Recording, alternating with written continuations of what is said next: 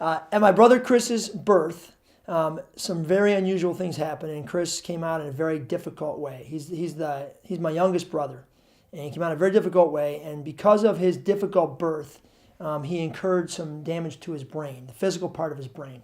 If you met Chris today, he's about 35 years old. He lives in a wheelchair. He drives it with his toes.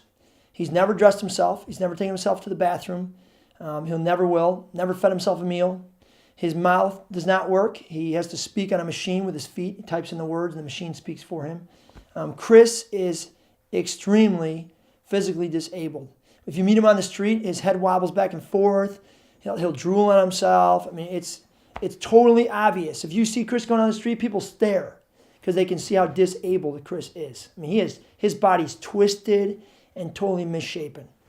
Now, the thing about Chris is, Chris doesn't have to try to pretend that he's got it together, because Chris is obviously disabled. When you meet him, you know he's disabled. I was thinking about this the other day. It's really true. All of us are just as disabled as Chris, except we are twisted and misshapen on the inside. The reality is that we have a chance to pretend. We get to pretend that we're not disabled. We get to look the part. So on the outside we look great, but we're really twisted and misshapen on the inside.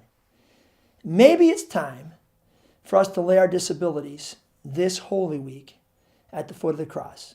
Maybe it's time for us to go to Jesus to get our disabilities healed.